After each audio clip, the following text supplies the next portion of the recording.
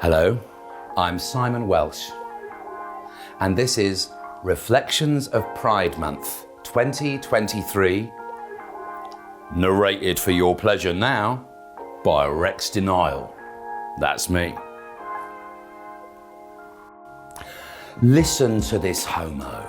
Listen when I say that I never ever signed up for the gay scene of today. In fact, I didn't even sign in '97 when I came out and ecstasy was all the rage at heaven. I always found it odd that I had to love Madonna, that I had to almost wear her music like a badge of honour. The rhythm was incessant and the music was so loud. We had to shout our greetings to be heard above the crowd. Pride was very sexy and exciting, very bright, but it always shone like neon, not like real love and light.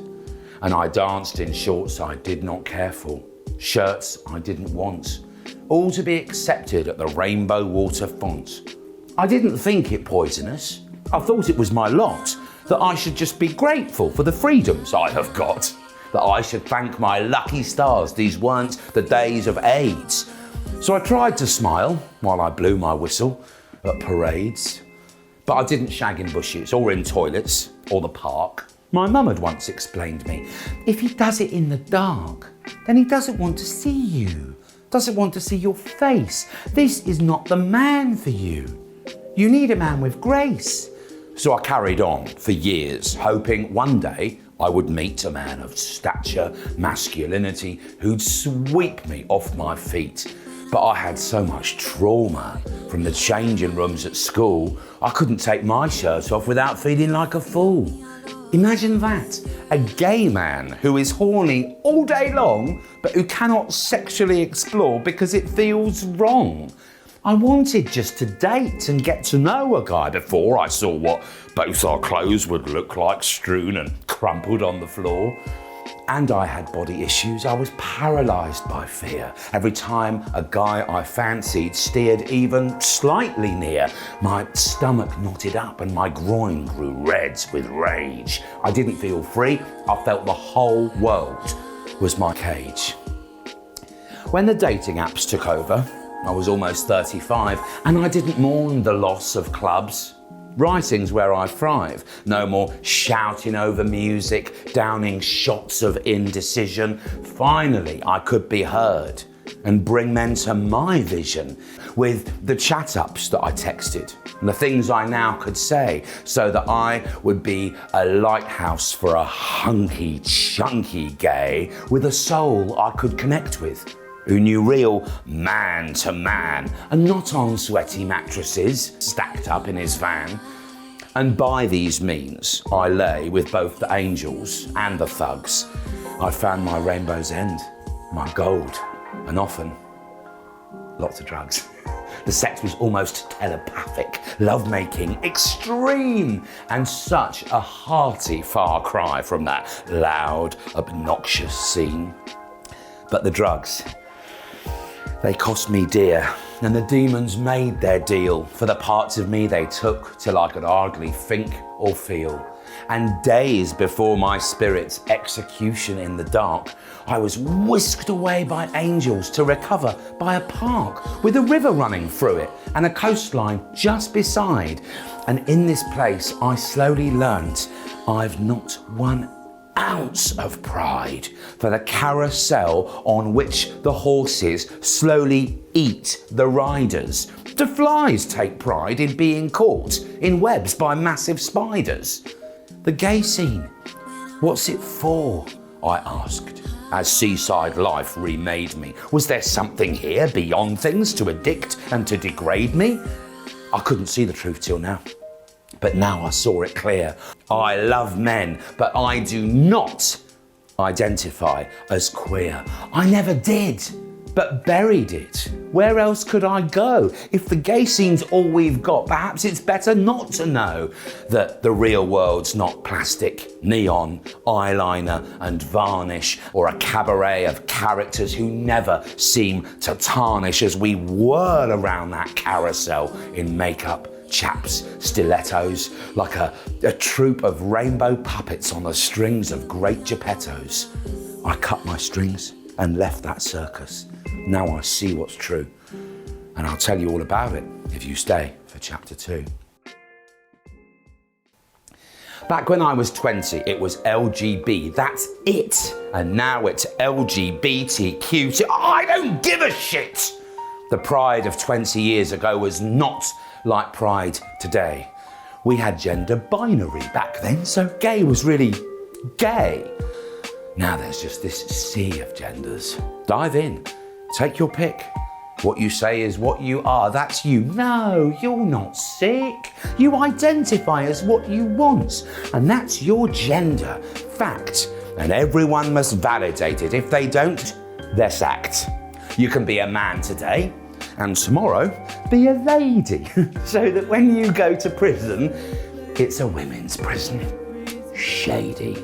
You can rape your fellow inmates if you get them on their backs, and if they grass you up, they must say these are lesbian attacks.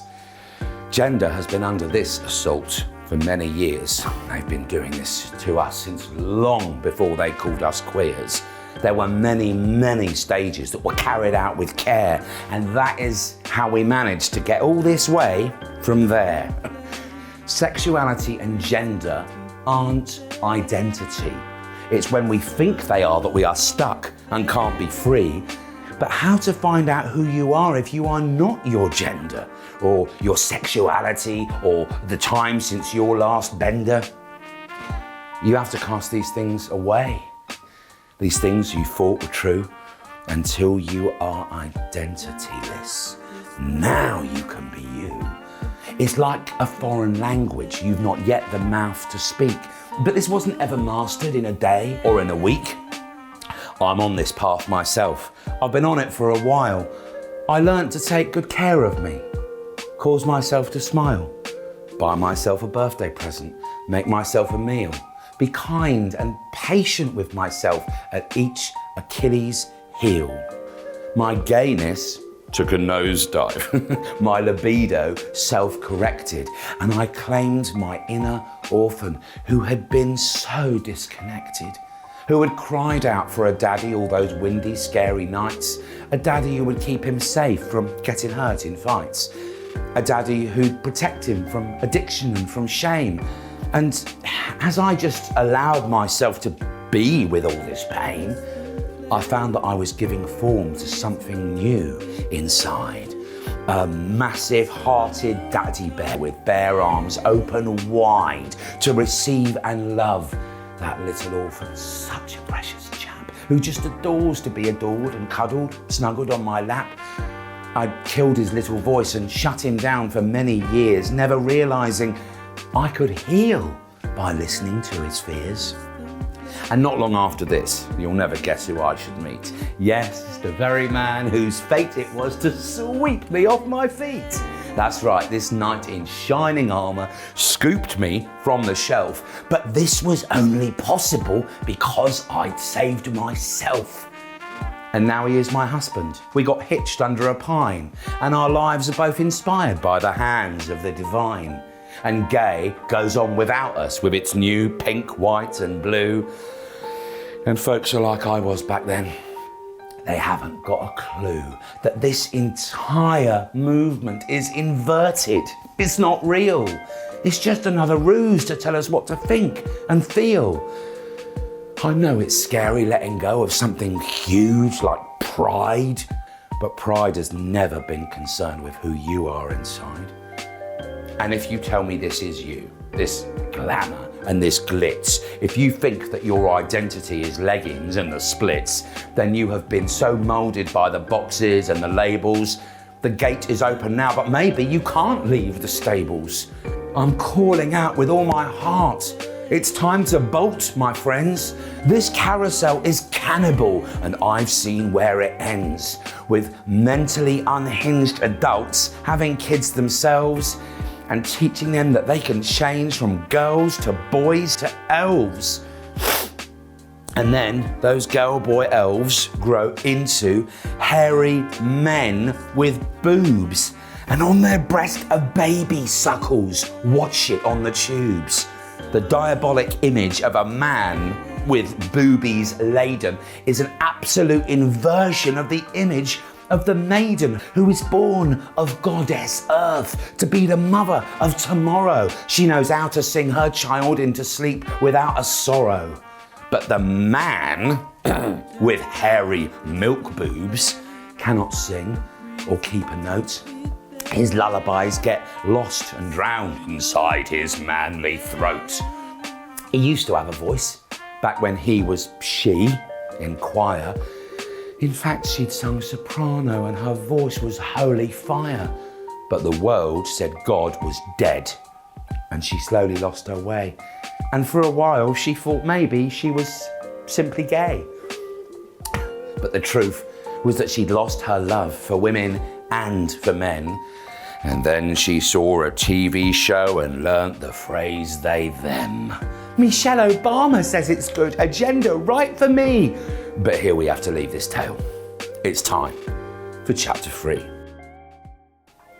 I didn't think I'd be a dad, or marry, or be straight. And though I often fantasised that I'd be simply great at the parent thing and being daddy, fathering a son, if I wasn't straight enough to do it with his mum, I had no business having children. Children need things stable. They don't need dad's new boyfriends always breaking bread at table. They need to see the masculine and feminine aligned, not as sexual beings, but as parents who are kind. And now it's really happening. Does it come as a surprise that our kids are coming home with rainbows burnt into their eyes? They are mimicking the gay scene and its gender fluid memes, learning how to twerk from crusty cocaine-addled queens.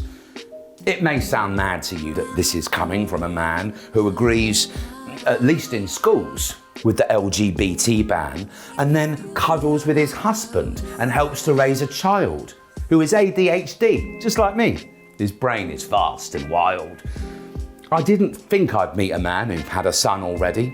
It's been 2 years now, and we take it slow and steady. The boy is pleased I met his dad.